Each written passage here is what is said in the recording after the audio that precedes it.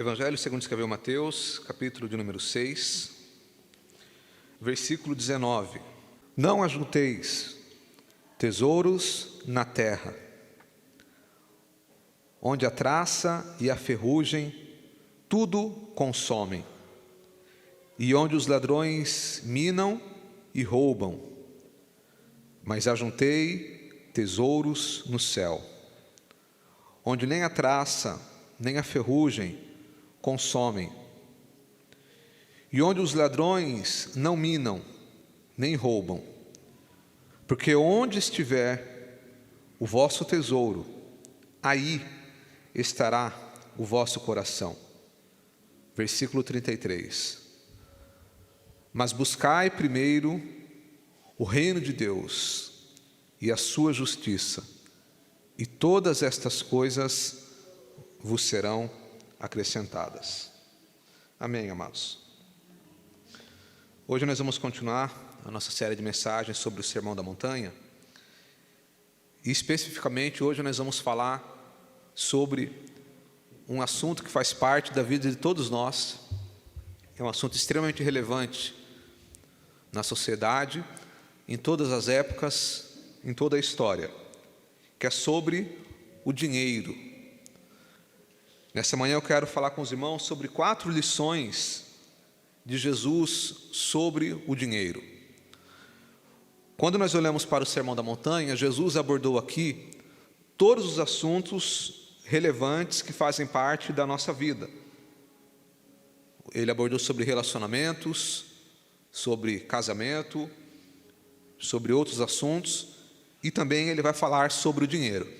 Se você atentar para o que está escrito aí em Mateus capítulo 6, você vai perceber que do versículo 19 ao versículo 34, Jesus está falando sobre dinheiro. O dinheiro, amados, é algo relevante no Evangelho. Jesus falou sobre dinheiro várias vezes, em várias parábolas, em vários momentos, em vários sermões, ele abordou esse assunto.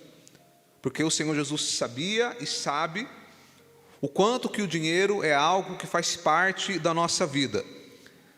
E o cristão, embora nós, evidentemente, que não temos o foco principal no dinheiro, mas nós trabalhamos para ganhar dinheiro. Porque o dinheiro ele proporciona coisas importantes e que são essenciais para nós. Então, nós precisamos aprender a lidar com o dinheiro. E Jesus ele vai mostrar aqui 4 lições importantes sobre esse assunto. A primeira lição que eu aprendo com Jesus, amados, é que o dinheiro é algo passageiro. O dinheiro que está com você, na verdade, ele não é seu. Vira para a pessoa do seu lado, para você despertar, fala assim para ela, vira para ela: o teu dinheiro não é teu. Como assim? O meu dinheiro não é meu? Mas eu trabalho, Andrés, eu acordo cedo, meu dinheiro é meu sim. Não, amado, o seu dinheiro não é seu. O seu dinheiro, o meu dinheiro, o dinheiro que está em suas mãos, ele é do mundo. O dinheiro que você tem, que eu tenho, os recursos que nós temos, é algo que é totalmente passageiro. E que hora ou menos hora você vai perder o seu dinheiro. Eu tenho uma notícia para te dar. Você fala, mas eu sou um bom gestor, eu sei guardar o dinheiro muito bem, eu sei investir. Eu quero te dizer, hora ou menos hora você vai perder todo o seu dinheiro. Por 2 motivos. Ou você vai perder ao decorrer da vida, ou você vai perder por ocasião da morte. Mas uma coisa é certa, tudo que você conquistar nessa vida financeiramente falando, uma hora você vai perder.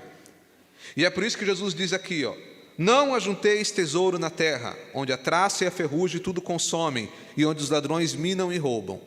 Nessa vida aqui, existem 2 circunstâncias que podem roubar o nosso dinheiro. A primeira delas é quando Jesus fala a traça e a ferrugem. O que é isso? As riquezas deste mundo, elas são corruptíveis, elas estragam.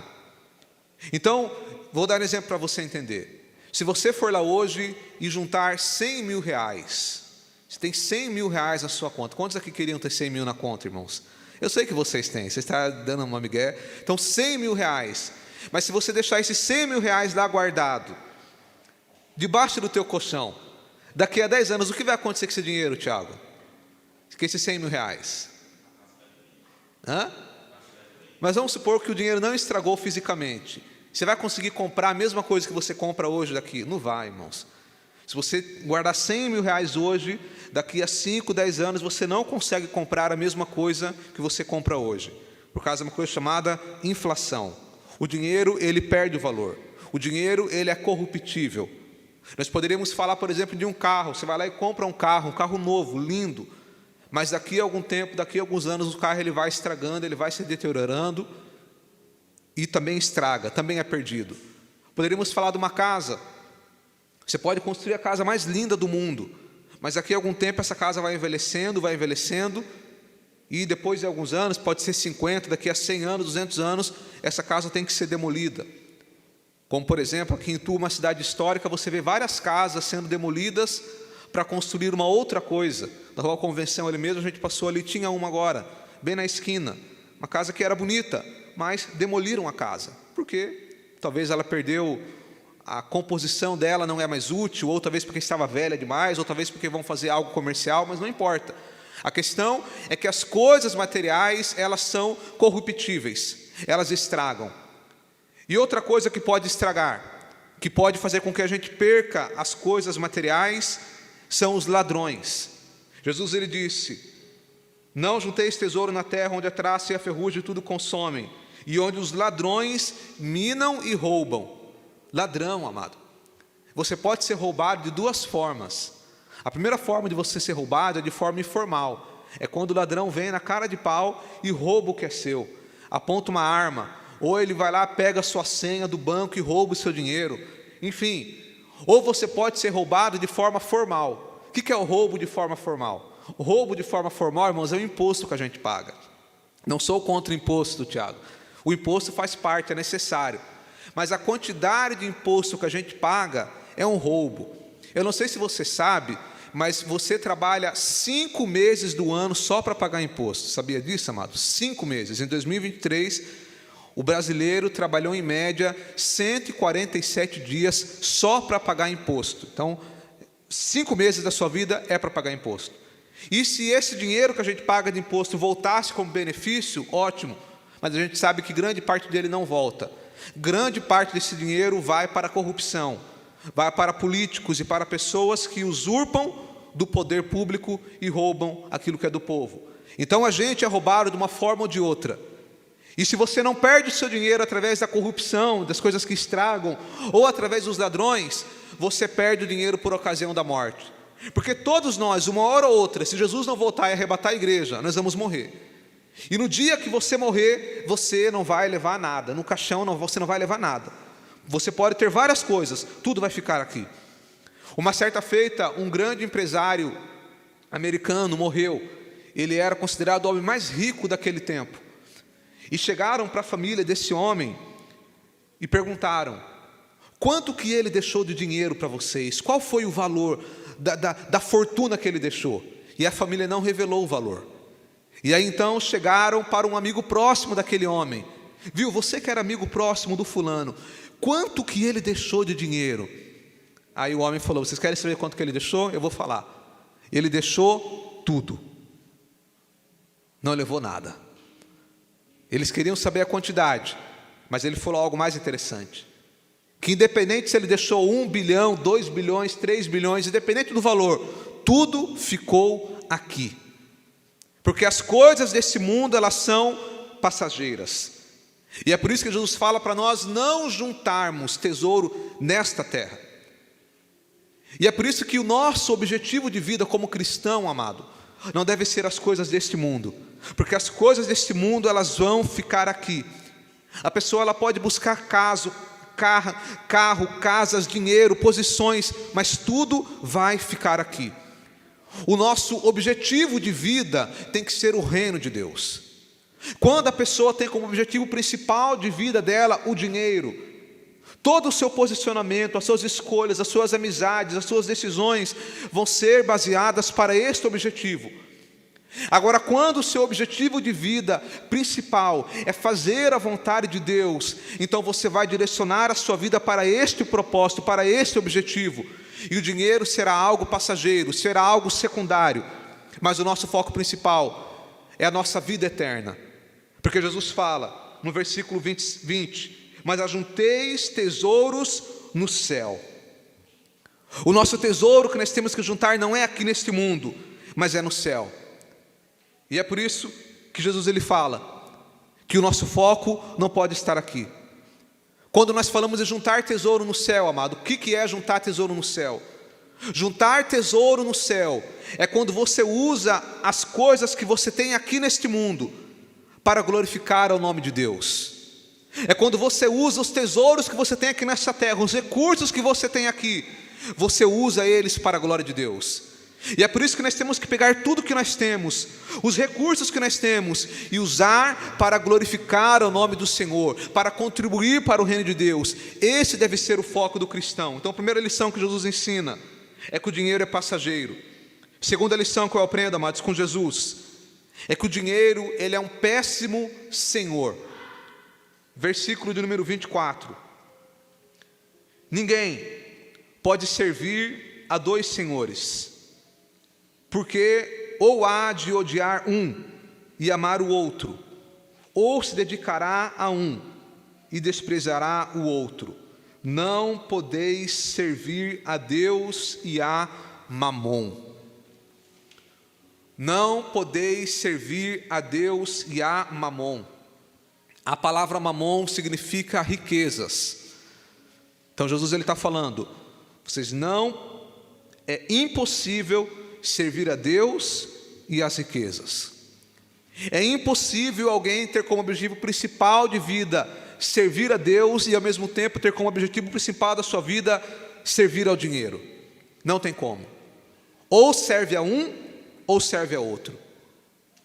É interessante, amados, que o avarento, a pessoa que ama as coisas, o avarento, ele não possui coisas, as coisas possuem ele. Quando nós amamos o dinheiro, nós não temos o dinheiro, é o dinheiro que nos tem.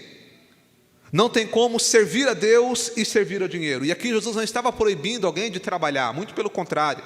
Jesus disse que digno é o trabalhador de seu salário. Jesus trabalhou. Jesus não estava proibindo aqui você de ter uma poupança, de ter um patrimônio, não é isso. O que ele estava falando aqui é de alguém que é acumulador. É alguém que só recebe, mas não libera nada. As riquezas, o dinheiro, os recursos que chegam até nós, eles chegam até nós, mas eles devem ser usados tanto para o nosso conforto da nossa família, como devem ser usados em prol do reino de Deus. Os recursos que chegam para nós temos que usar eles para servir a Deus. Nós somos mordomos. E é por isso que Jesus fala que não tem como servir a Deus e servir ao dinheiro. É interessante, amados, que o Senhor Jesus, quando você olha para o Evangelho, nós vamos entender que Jesus ele não era rico financeiramente. Um tempo atrás eu vi alguém que disse assim, que Jesus só não foi rico financeiramente porque ele não tinha esposa nem filhos, senão ele tinha sido rico. É interessante, irmão, que as pessoas falam esse tipo de absurdo. Jesus não construiu riqueza, não é porque ele não tinha esposa ou tinha filhos. Jesus não construiu riqueza porque o reino dele não é deste mundo. O foco de Jesus nunca foi as coisas deste mundo, mas foi fazer a vontade do Pai. Jesus foi o homem mais inteligente que já existiu na história da humanidade. Se ele quisesse, ele tinha construído uma grande riqueza, mas ele não fez isso, porque o propósito principal da vida dele era fazer a vontade do Pai. Não é diferente com nós. Você pode trabalhar, você pode sonhar ter uma carreira, você pode empreender, você pode construir o teu patrimônio, desde que isso não seja o seu foco principal, desde que isso não seja uma prioridade na sua vida. Porque quando o dinheiro ele é uma prioridade, ele se torna um senhor, ele se torna o seu dono. Quando Jesus disse assim: por que me chamais Senhor e não fazei o que eu vos mando? Quando nós falamos que Jesus é o nosso Senhor, deixa eu te explicar uma coisa. Quando você fala assim, Jesus, tu és o meu Senhor, eu estou falando o quê? A minha vida é sua. Naquela época tinha a escravidão. Então quando ele fala que não podeis servir a Deus e ao dinheiro, ele está falando nesse contexto, de que as pessoas eles serviam a algum senhor, e aquele senhor era dono daquele escravo. Então a pessoa, ela não era dona mais da sua vida, mas era o seu senhor, o seu patrão que era dono dela. E era impossível um escravo ter dois senhores. Ou ele tinha um senhor, ou ele tinha outro.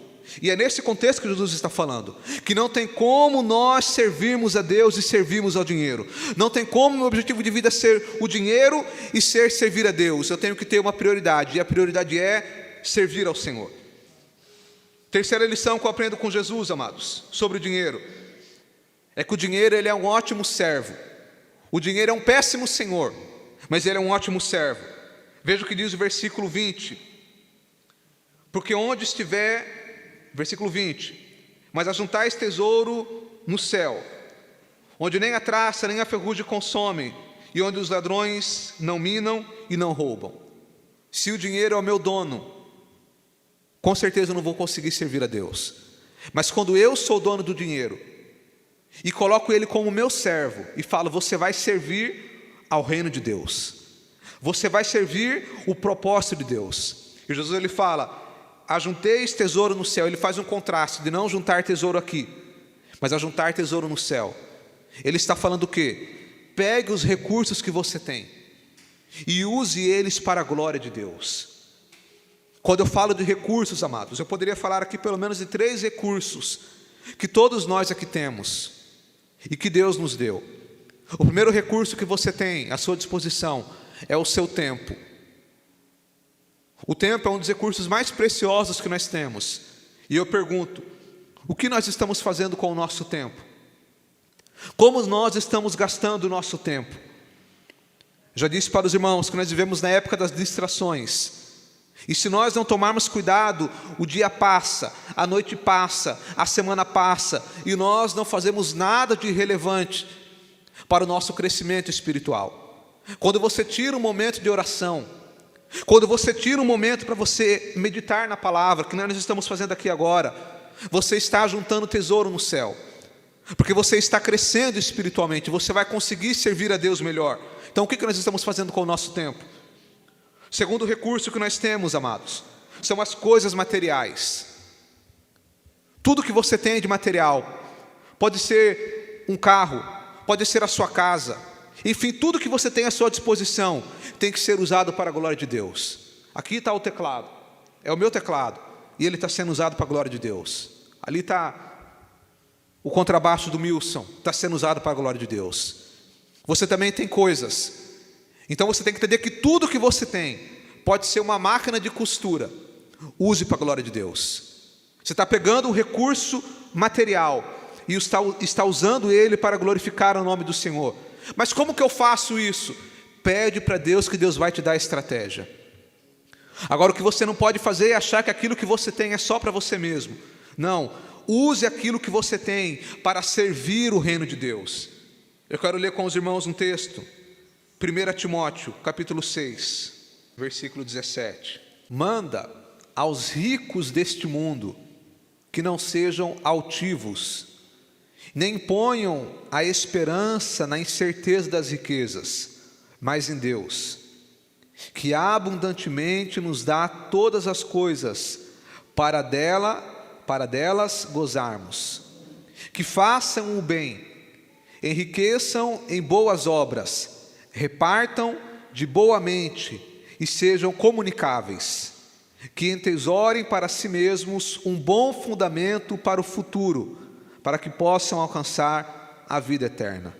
Que façam o bem, enriqueçam em boas obras, repartam de boa mente e sejam comunicáveis. A palavra comunicáveis aqui significa generosos, que eles usem aquilo que eles têm para compartilhar para o próximo. Aqui ele está falando para os ricos deste mundo. E aí a gente pode falar, então essa palavra não é para mim que eu não sou rico. Não, amado. Jesus disse o quê? Quem é fiel no pouco é fiel no muito. Então se eu, no pouco que eu tenho hoje, Eu já não sou fiel a Deus, eu já não sou generoso. Tampouco eu serei quando eu tiver muito. Então eu tenho que ser generoso e comunicável e abundante e compartilhar aquilo que eu já tenho hoje, por mais pouco que seja. Eu tenho que usar aquilo que eu tenho para glorificar o nome do Senhor. Veja que Paulo não fala aqui, diga para os ricos que eles não sejam ricos, que eles vendam tudo que eles têm, que eles joguem tudo fora. Então o pecado não é ser rico. O pecado é quando eu pego tudo aquilo que eu tenho e uso só para o meu deleite. Eu tenho que usar aquilo que eu tenho para glorificar o nome do Senhor. Então use a tua inteligência, amado. Peça para Deus te dar estratégia, para que tudo aquilo que vier à tua mão, você use para glorificar ao nome do Senhor. É isso que Jesus fala, que o dinheiro, ele é um ótimo servo. E a quarta e última lição que eu aprendo aqui, que Jesus nos ensina sobre dinheiro. Se você quer que Deus te abençoe financeiramente, a quarta lição que eu aprendo é sobre: seja grato pelas coisas simples.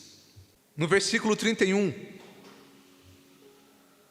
Jesus diz assim: não andeis, pois, inquietos, dizendo: que comeremos, ou que beberemos, ou com que nos vestiremos, porque todas essas coisas os gentios procuram.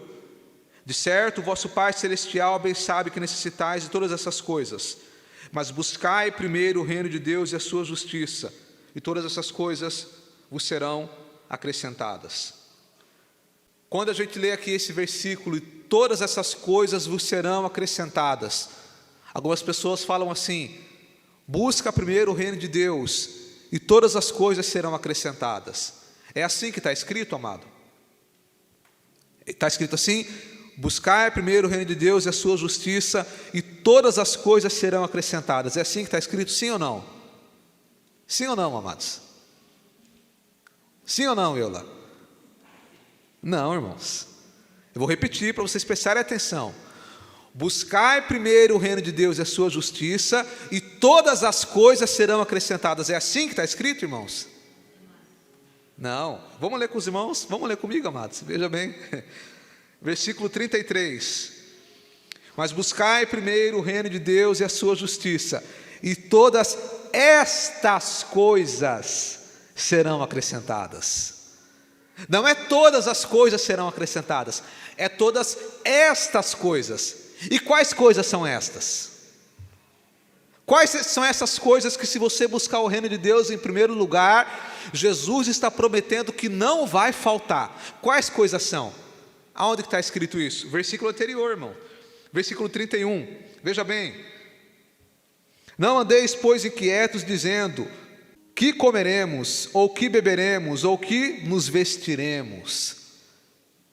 Jesus está nos ensinando aqui que o compromisso de Deus para com nós é nos proporcionar, é providenciar, é prover aquilo que é essencial para a sua vida. O que é essencial? Comida, vestimenta. Jesus está dizendo: se vocês buscarem o reino de Deus e a sua justiça em primeiro lugar, todas estas coisas vos serão acrescentadas. Que coisas são essas? Alimento, vestimenta, aquilo que é essencial para a sua vida. Jesus vai preparar, Ele prometeu que vai preparar. Agora, e as demais coisas, e as outras coisas? Aí é com você, meu irmão. Aí é com o seu esforço, com a sua inteligência, com a sua gestão. Agora, o compromisso de Deus é preparar aquilo que é essencial, aquilo que realmente nós precisamos. E é por isso, amados, que eu falo de gratidão. Porque se nós formos pelo ritmo do mundo, o mundo aí fora nunca se conforma com nada. Se a pessoa está de a pé, ele reclama porque não tem uma bicicleta. Se ele compra uma bicicleta, ele reclama porque ele queria uma moto. Se ele compra uma moto, ele reclama porque ele quer um carro. Quando ele pega o carro, ele quer um carro mais novo. E por aí vai indo. Então, o mundo aí fora é consumista. Nunca está satisfeito com nada. E aqui não estou falando que você tem que ser acomodado e não deva buscar coisas melhores para você e para a sua família. Não é isso. Mas eu estou dizendo que nós temos que ser gratos. Nós temos que ser gratos por aquilo que Deus nos dá.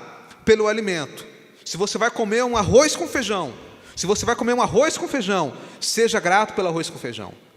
Se você mora numa casinha simples, num apartamento simples de 25 metros quadrados, seja grato pelo apartamento simples. 25 eu forcei, né, irmãos? Mas já estão fazendo já, pode ficar tranquilo que vai ter. A questão é, seja grato por aquilo que você tem, amado. Porque se você parar para pensar, não são as coisas que trazem alegria. Ou você acha que alguém que mora num apartamento de 50 metros quadrados vai ser feliz quando ele morar numa 500 metros quadrados? Não vai. Não são as coisas que trazem alegria.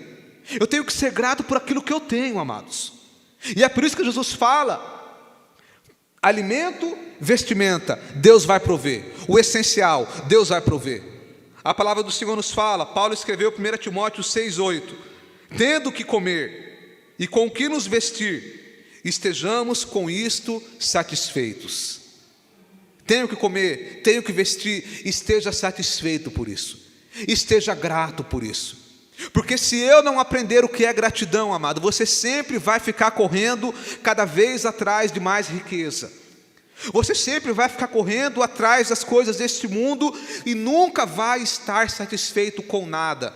Como diz um ditado: não se canse em busca do descanso. Tem pessoa que ela fica a vida inteira: não, eu vou trabalhar que nem um condenado, quando eu estiver lá com 50 anos de idade, aí eu vou descansar. Não, amado, já começa a descansar agora. Já começa a desfrutar agora do que você tem. Não, eu vou trabalhar que nem um condenado, vou me esforçar para quando eu estiver lá na minha casa, aí eu vou desfrutar. Não, irmão, já começa a desfrutar agora, na casinha simples que você tem. Já começa a desfrutar hoje da sua vida, porque a alegria não é nas riquezas, não é nas coisas materiais. Eu tenho que ser grato pelas coisas simples. Quantas pessoas, irmãos, que ele se enrosca, porque cada vez que ele começa a ganhar um pouco mais, cada vez querendo mais, vai elevando cada vez mais o padrão de vida. Então nós temos que aprender a ser grato pelas coisas simples. As pessoas que ouviam Jesus falando aqui no Sermão da Montanha eram pessoas extremamente pobres.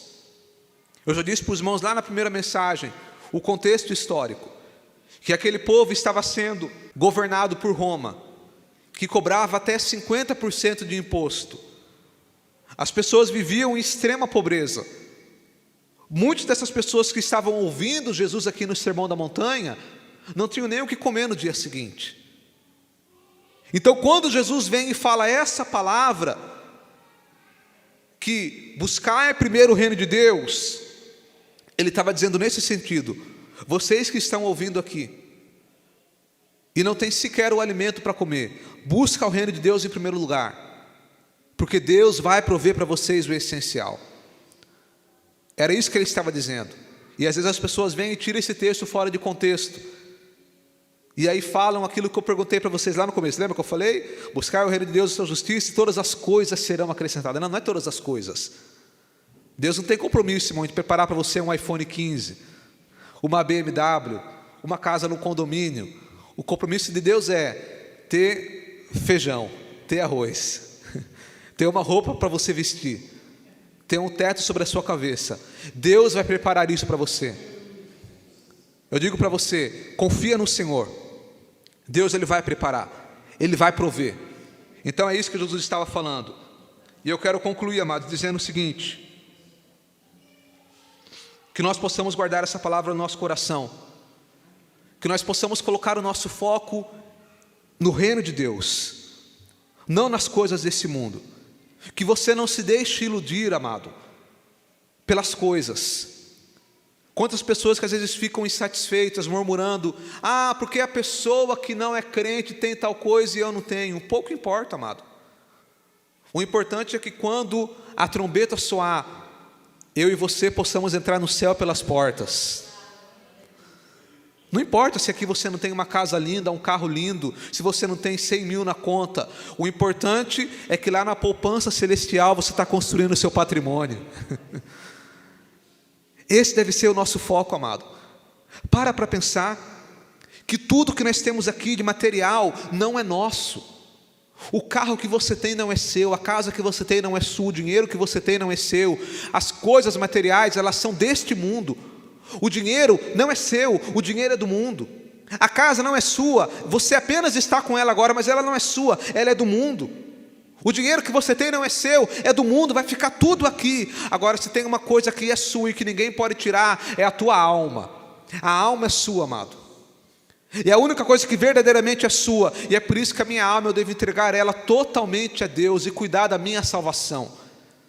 Porque quando a trombeta soar, pouco vai importar se aqui você tinha uma conta cheia ou vazia, como Jesus contou na parábola do rico e o Lázaro, que na verdade não é uma parábola. Está escrito parábola na epígrafe, mas não é uma parábola.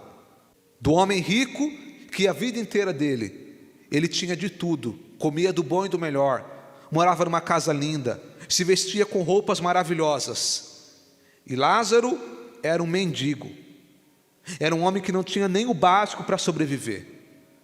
E Jesus, ele mostra esse contraste entre um homem que tinha tudo e um homem que não tinha nada.